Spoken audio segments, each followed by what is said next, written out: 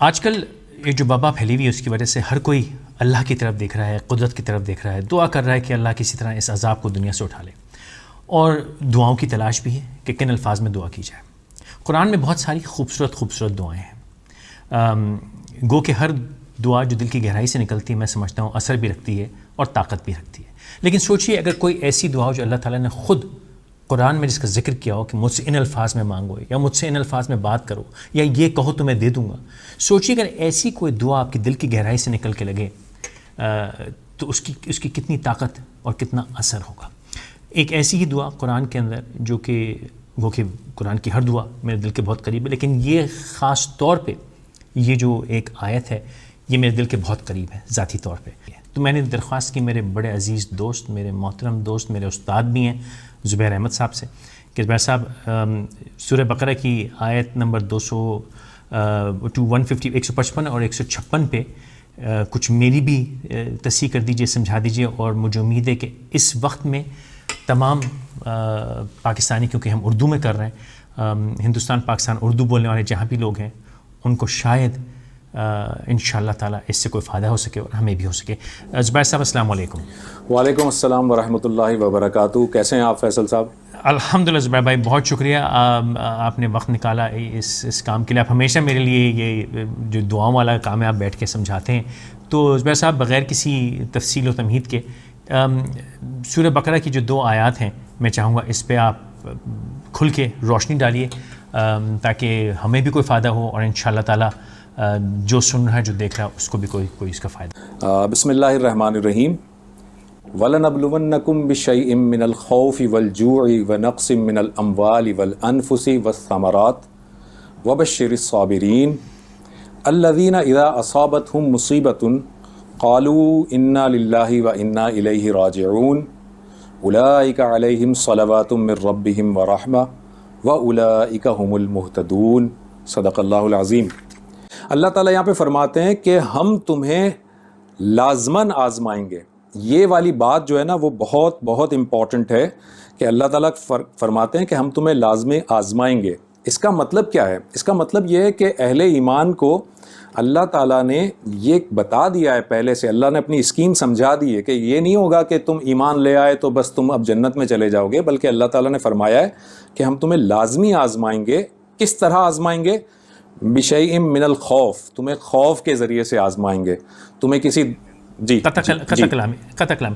تو یہ ہماری پہلے بھی اس موضوع میں، تو یہ جو آزمانے والا جو پوائنٹ ہے، تو پھر یہ ہوا نا کہ خالی آپ اللہ تعالیٰ ہمارے ایمان کی پختگی پرکھ رہا ہے کہ ہم کیا واقعی ایمان اور یقین کے ساتھ جی بالکل آپ بالکل درست فرما رہے ہیں، کیونکہ جب آزمائش کی بات ہوتی ہے تو یہ تو ہم سورہ بقرہ پڑھ رہے ہیں، لیکن سورہ عنکبوت میں اللہ تعالیٰ فرماتے ہیں الف لام میم احسب الناس ان یترکوا ان یقولوا آمنا وہم لا یفتنون، کہ کیا لوگوں نے یہ سمجھ رکھا ہے کہ وہ صرف اتنا کہنے پر چھوڑ دیے جائیں گے کہ ہم ایمان لائے ہیں، اور کیا انہیں آزمایا نہیں جائے گا؟ تو اس کا مطلب یہ ہوا کہ صرف اگر ہم یہ دعویٰ کرتے ہیں کہ ہم ایمان لائے ہیں تو اللہ تعالیٰ ہمارے اس دعوے کو پرکھے گا ضرور اور اللہ تعالیٰ آزمائے گا ضرور۔ تو اللہ تعالیٰ یہاں جی میں چاہوں گا ایک لمحہ اور تھوڑا سا ریفلیکٹ کرنا چاہوں گا، یہاں پہ قرآن میں یہ بھی آیت موجود ہے کہ ہم تم پہ یہ آزمائشیں بھیجیں گے اور تم ہماری طرف آ جاؤ گے، اور وہ بھی ذرا بتا دیجیے، اور بعد میں جب آزمائشیں ختم ہو جائے گی تو تم بھول نہ جاؤ۔ تم کیا آزمائش ختم ہو جاؤ گی تو کیا ہو جائے گا؟ آزمائش ختم ہو جائے گی تو تم بھول جاتے ہو، اس طرح نہیں ہے۔ اس طرح سے وہ آیت کا مفہوم اس طرح سے کہ جب بندے پر کوئی مصیبت آتی ہے تو وہ ہمیں پکارتا ہے، اور جب ہم اس کی مصیبت کو ختم کر دیتے ہیں تو وہ ہمیں بھول جاتا ہے، یہ مفہوم ہے۔ تو اللہ تعالیٰ جو ہے وہ ایک اور مقام پر یا کبھی اور موقع ہوا تو میں آپ کو بتاؤں گا کہ جتنی بھی پریشانیاں آتی ہیں نا ان میں ایک وجہ آزمائش ہے، لیکن صرف آزمائش ہی نہیں ہے، اس کی کوئی 8 یا 10 وجوہات ہیں جو قرآن مجید میں لکھی ہوئی ہیں کہ پریشانیاں کیوں آتی ہیں۔ لیکن ہماری یہ والی جو آیت ہے وہ چونکہ آزمائش سے متعلق ہے تو اس میں اللہ تعالیٰ فرماتے ہیں کہ میں تمہیں آزماؤں گا ضرور، اور کس طریقے سے آزماؤں گا وہ آگے لکھا ہوا ہے۔ وہ اللہ تعالیٰ فرماتے ہیں کہ میں کیسے آزماؤں گا؟ من الخوف، تمہیں خوف سے آزماؤں گا۔ تمہیں خوف ہوگا دشمن کا، تمہیں خوف ہوگا بیماری کا، تمہیں خوف ہوگا کوئی اندیشہ ہوگا کسی مستقبل کا، کوئی کیریئر کا، ہر طرح کا خوف جو ہے نا اس سے تمہیں آزماؤں گا۔ والجوع، اور تمہیں بھوک سے آزماؤں گا۔ فاقوں سے آزماؤں گا, بھوک سے آزماؤں گا, وَنَقْسِم مِّنَ الْأَمْوَالِ اور تمہارے مال کے نقصان سے تمہیں آزماؤں گا, وَالْأَنفُسِ اور تمہاری جانوں کے نقصان سے بھی تمہیں آزماؤں گا, وَالثَّمَرَاتِ اور پھلوں کے نقصان سے بھی آزماؤں گا.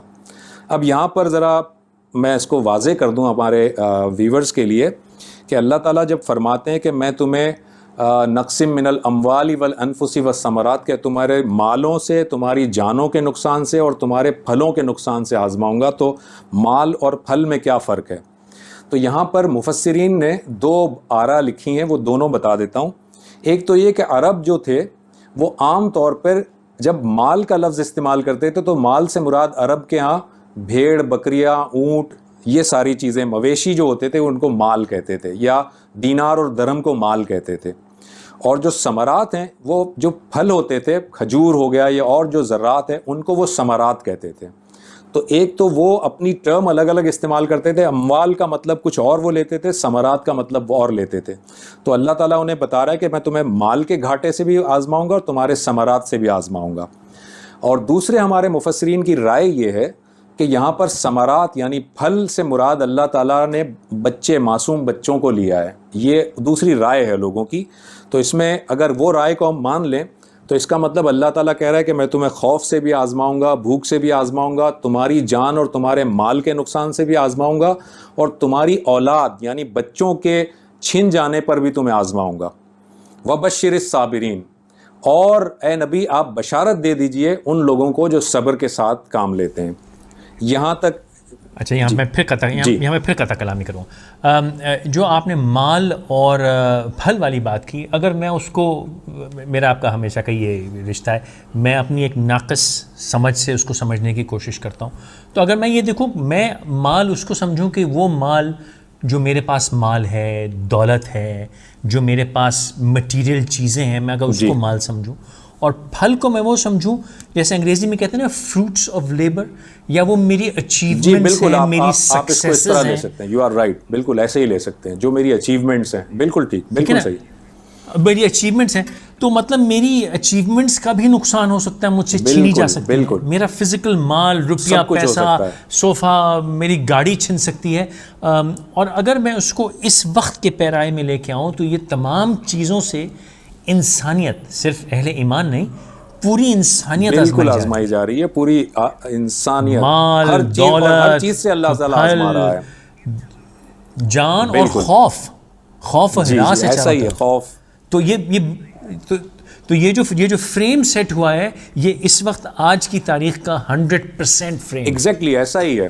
گو کہ یہ آیات شروع ہوئی ہیں یا ایھا الذین آمنوا سے, لیکن یہ پوری انسانیت جو ہے نا اس وقت اللہ تعالیٰ اس کو اس آزمائش سے گزار رہا ہے, اور یہ آزمائش موجود ہے. اور اللہ تعالیٰ پھر آخر میں کیا کہہ رہے ہیں, وہ بشر الصابرین. لیکن یہاں پر اچھا میں آگے جانے سے پہلے پھر میں تھوڑا سا اس کو اور میں لوگوں کو دیکھنے گا.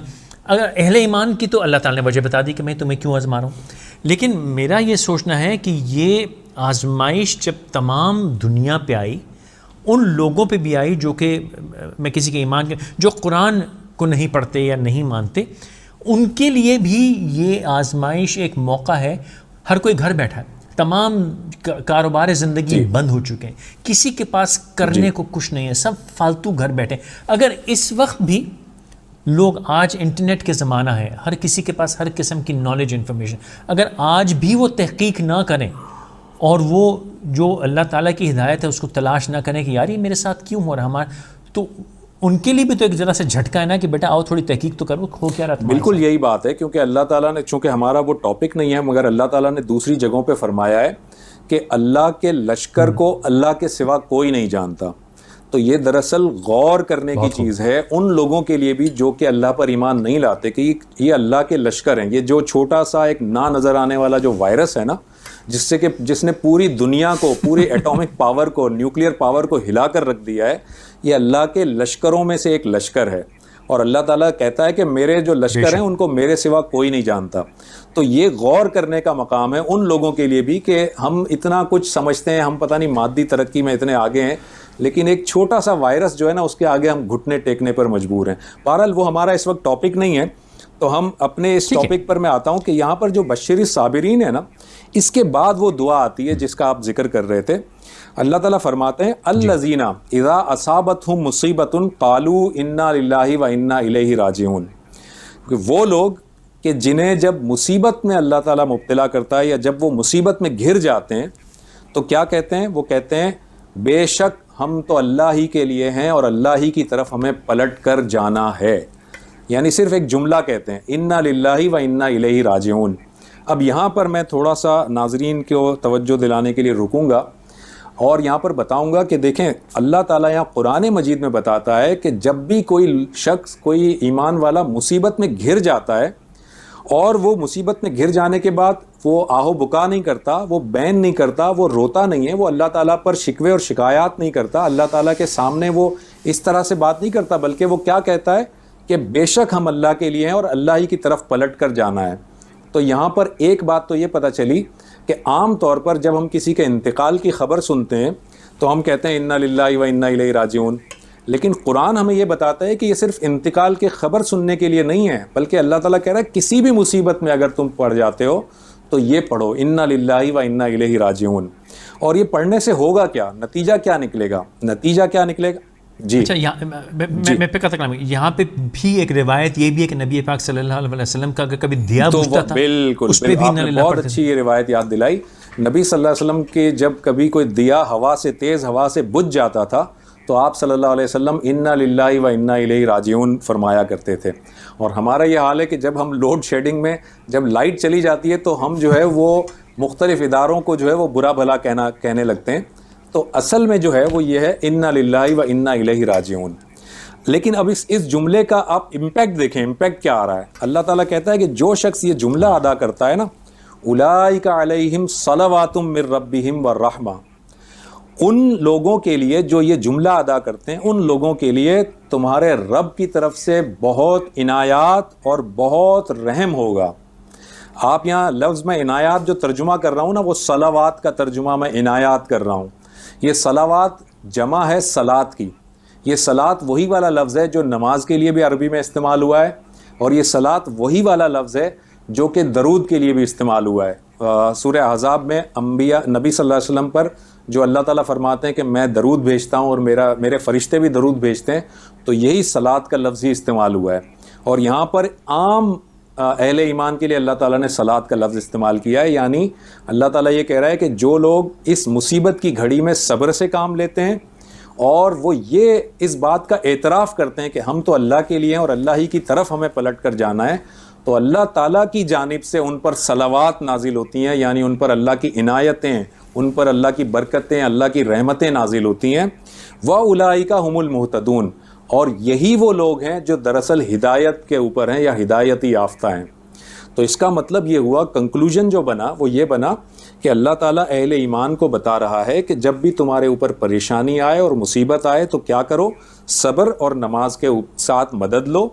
اور دوسری بات یہ نہ سوچو کہ میں ایمان لایا ہوں تو اب مجھے جو ہے کچھ بھی نہیں ہوگا، بلکہ اللہ تعالیٰ فرماتے ہیں کہ جو لوگ بھی اس راہ میں آئیں گے ہم انہیں آزمائیں گے. آزمائیں گے کیسے؟ مختلف طریقوں سے آزمائیں گے. ہر ایک کا آزمانے کا انداز الگ الگ ہوگا. کسی کو اللہ بھوک سے آزمائے گا، کسی خوف سے آزمائے گا، کسی کے کیریئر سے آزمائے گا، کسی کو کسی اور چیز سے آزمائے گا. لیکن سب کو آزمایا جائے گا. اور آزمائش کے وقت، مصیبت کے وقت اگر کوئی شخص یہ کہتا ہے کہ بے شک میں تو اللہ کے لیے ہوں، یعنی دنیا میں بھی میں اللہ کے لیے ہوں اور مجھے اللہ ہی کی طرف پلٹ کر جانا ہے، یعنی آخرت میں بھی میں اپنے آپ کو اللہ ہی کے حوالے کروں گا، تو اللہ تعالیٰ پھر ایسے لوگوں پر رحمتیں اور برکتیں نازل کرتا ہے. اور پھر ایسے ہی لوگ ہیں جن کو اللہ تعالیٰ سرٹیفکیٹ دے رہا ہے کہ تم لوگ ہدایتی یافتہ ہو. اچھا، میں تھوڑی سی میں اپنی اور وضاحت چاہوں گا. ایک تو جب آخر میں کہا کہ جو لوگ صبر کرتے ہیں، تو پھر وہ والی بات ہے کہ جب یہ امتحان تم پہ آئیں تو تم نے اپنے ایمان اور یقین پہ ثابت قدم رہنا، بھٹک مت جانا یہ کہہ کے کہ یار یہ میرے ساتھ کیا ہو رہا ہے. اللہ تو نعوذ باللہ جب ہم شکایت کرنے لگتے ہیں کہ اللہ تعالیٰ پہ سوال اٹھانے لگتے ہیں کہ یہ تو میرے ساتھ، میں نے تو کچھ، تو بات یہ ہے کہ ہم جو کہتے ہیں میں نے تو کچھ بھی نہیں کیا، میرے ساتھ کیوں نہیں ہو رہا؟ بھائی اگر تو ایمان لایا تو تیرے ساتھ تو اللہ نے تقریباً گارنٹی کر دی کہ میں تیرے ساتھ تو کروں. میں بلکہ یہاں پر ایک اور بات بتاؤں کہ آپ نے یہ جو بات کی نا کہ میں ایمان لایا ہوں تو میرے ساتھ یہ کیوں ہو رہا ہے، سورہ بقرہ ہی میں آگے چل کر ایک آیت آتی ہے، اس میں اللہ تعالیٰ فرماتے ہیں کہ ابھی تم لوگوں کو تو میں نے اس طرح آزمایا ہی نہیں ہے جس طرح پچھلی قوموں کو آزمایا گیا تھا، اور ان کو اتنا آزمایا گیا اور ان کو اتنا ہلا دیا گیا، ہلا مارے گئے. وہ زلزلو کا لفظ ہے وہاں پر، زلزلو یعنی ان کو اللہ تعالیٰ نے اتنی سخت آزمائش میں مبتلا کیا کہ ان کو ہلا مار دیا گیا. اور اس زمانے کے رسول اور ان کے ساتھی چلا اٹھے کہ اللہ تیری مدد کب آئے گی. تو اللہ تعالیٰ نے انہیں ڈھارس بندھائی کہ اللہ کی مدد قریب ہے. تو اللہ تعالیٰ یہ فرماتا ہے کہ ہم تو ابھی تمہیں آزمایا ہی نہیں ہے. اور یاد رکھیں اللہ تعالیٰ نے اپنے پیغمبروں تک کو آزمایا ہے، اور بعض پیغمبروں کو روایات کے اندر ہمیں پتہ چلتا ہے کہ اتنا شدت کے ساتھ آزمایا گیا کہ ان کو آروں سے چیر دیا گیا ہے، قتل کر دیا ان کی قوم نے، لیکن اللہ تعالیٰ نے آزمایا ہے. تو اللہ تعالیٰ ہر ایک کو آزمائے گا، چاہے وہ عام بندہ ہو چاہے وہ پیغمبر ہو.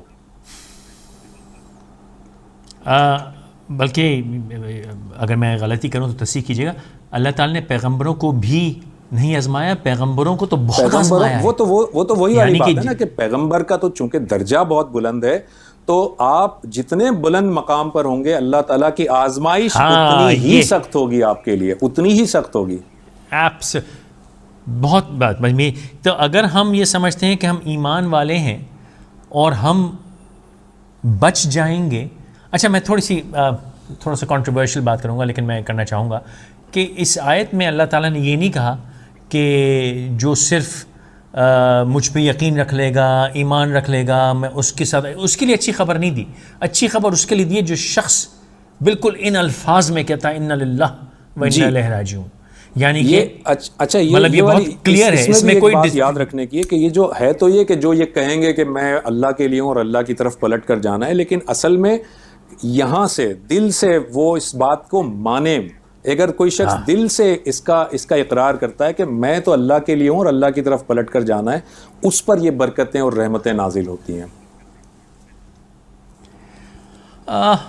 بالکل ٹھیک. اچھا آپ کہتے ہیں دل سے جب یہ کہے گا تو میری دعاؤں کا ایک مطلب الفاظ ہیں، ان کا حصہ ہے کہ میرا ایمان بھی ہو اور یقین بھی ہو. میں صحیح کہہ رہا ہوں؟ میں صحیح سمجھ رہا ہوں اس بات کو کہ مطلب ایک تو ایمان ہو اور یقین بھی ہو کہ اگر میں نے اللہ سے رجوع کر لیا اور میں اللہ کی طرف یقین کر بیٹھا تو پھر انشاءاللہ تعالی اللہ تعالیٰ نے تو تقریباً وعدہ فرما دیا کہ تمہارے لیے تو اچھی خبر ہے. پھر تو اللہ تعالیٰ کا وعدہ ہے، لیکن اس کے لیے بڑی دل کی گہرائی سے ماننا وعدہ ہے. وبشر الصابرین، اللہ تعالیٰ تو بشر کہہ رہا ہے، یعنی اللہ تعالیٰ کہہ رہا ہے صبر کرنے والوں کے لیے بشارت ہے، بشارت دے دیجئے. یعنی بشارت کا مطلب خوشخبری ہے. اچھا جو لفظ راجعون ہے اس میں ایک تو یہ ہے کہ ہم نے پلٹ کے جانا ہے، لیکن اس کا پھر یہ بھی تو مسئلہ ہے کہ ہم نے اللہ سے رجوع کرنا ہے یا نہیں. یہ میننگ لیا جا سکتا ہے، لیکن جو آیت کا جو کانٹیکسٹ ہے اس کے اندر یہ میننگ زیادہ قرین قیاس معلوم ہوتا ہے کہ ہمیں اللہ کی طرف پلٹ کر جانا ہے، یعنی مرنے کے بعد ادھر جانا ہے. کیونکہ اللہ تعالیٰ یعنی یہ جو کانٹیکسٹ ہے پورا، اس میں یہ ہے کہ اس دنیا میں جو مصیبت آئی ہے تو ہم ایک تو یہ کہہ رہے ہیں کہ ہم اللہ کے لیے ہیں. اس کا مطلب کہ اگر میرے اوپر کچھ مصیبت آئی ہے، میرا کچھ مال چھن گیا، میرا کچھ کاروبار چھن گیا، میری کوئی اور چیز چلی گئی، تو ہم تو اللہ ہی کے لیے ہیں. یعنی اللہ ہی نے تو ہمیں وہ دیا تھا، اللہ نے دیا تھا تو اس دنیا میں اللہ ہی نے واپس لے لیا. ایک تو یہ. اور راجعون کا مطلب ہے کہ ہم پورے کے پورے خود ہم جو ہے وہ اللہ کی طرف پلٹ کر جائیں گے بھی. تو اس کا مطلب یہاں پر جو زیادہ تر مفسرین نے راجعون کا مطلب لیا ہے وہ پلٹ کر جانا ہے. رجوع کرنا بھی اس میں ہو سکتا ہے کیونکہ عربی کا مادہ کے لحاظ سے تو یہ رجوع کرنا بھی بنتا ہے. اچھا اس میں یہ بھی ہے کہ اللہ تعالیٰ نے فرمایا کہ میں تم سے یہی چیزوں کا نقصان، مال کا نقصان، جان کا نقصان، بچے کا نقصان. تو وہ چیزیں عمومی طور پہ وہ ہوتی ہیں جو علاوہ خوف کے وہ چیزیں تو ہم سے چھن جاتی ہیں. یعنی مال آپ کا چھن جائے گا، آپ کا پھل چھن جائے گا. تو اس میں پھر یہ ہم کہہ رہے ہیں کہ راجعون سے یہ بھی ہے کہ ہم نے بھی تو پلٹ کے اللہ، مطلب وہ ایک چیز ہے، میرے پاس پیسے ہیں جو اللہ تعالیٰ کی طرف سے آئے تھے، اللہ تعالیٰ کی طرف چلے گئے، جیسے کہ میں بھی اللہ کی طرف سے آیا ہوں، میں بھی اللہ کی طرف سے. بالکل ٹھیک ہے. اور ایک اور جگہ اس کو اللہ تعالیٰ نے یہ اس طرح فرمایا ہے کہ ان اللہ اشتری من المؤمنین انفسهم واموالهم بان لهم الجنہ. اللہ تعالیٰ ایک اور جگہ بتاتا ہے کہ ہم نے مومنین کے جان اور مال کو جنت کے بدلے خرید لیا ہے. یعنی اللہ تعالیٰ نے ہی جان بھی دی، اللہ نے ہی مال بھی دیا. اللہ نے جو جان آپ کو دی اور جو مال آپ کو دیا، پھر اسی مال اور جان کا سودا اللہ تعالیٰ نے آپ کے ساتھ جنت کے بدلے میں کر لیا ہے. تو اللہ تعالیٰ کہہ رہا ہے کہ جو تمہارا مال اور تمہاری جو جان ہے وہ تو میں اس جنت کے بدلے میں خرید چکا ہوں. آپ سب سے میری گزارش ہے کہ ہمیں دعا میں یاد رکھیے, ہم آپ کو دعا میں یاد رکھیں گے. دعا کیجئے کہ صرف پاکستان سے نہیں بلکہ تمام دنیا سے اللہ تعالیٰ راضی ہو جائے, اور یہ جو عذاب اور یہ جو امتحان اور یہ جو وبا آئی ہوئی ہے یہ اللہ تعالیٰ اٹھا لے, کیونکہ یہ تو طے ہو گیا کہ انسانیت جو ہے اس کی کوئی اوقات, کوئی حیثیت نہیں ہے. ہم اپنے آپ کو یقیناً اشرف المخلوقات سمجھتے ہیں, لیکن ہماری حرکتیں قطعاً اشرف المخلوقات والی نہیں ہیں. قدرت نے بتا دیا کہ وہ 5 دن میں چین سے اٹھا کے امریکہ تک اور دنیا کے کونے کونے تک انسان کا گھٹنا ٹکوا سکتی ہے. اگر اب بھی ہم نہ سدھرے تو اللہ رحم کرے گا. ہم نے سدھرنا ہے اور یقین رکھنا ہے, جس کا قرآن میں واضح ذکر ہے, اِنَّ لِلَّهِ وَإِنَّا إِلَيْهِ رَاجِعُونَ. ہم نے پلٹ کے اللہ کی طرف ہی جانا ہے. تو اکڑ چھوڑیے, تکبر چھوڑیے, غرور چھوڑیے, بہتر کام کیجیے, بھلے کام کیجیے. انشاءاللہ تعالی جلد اس مصیبت سے ہماری جان چھوٹے گی.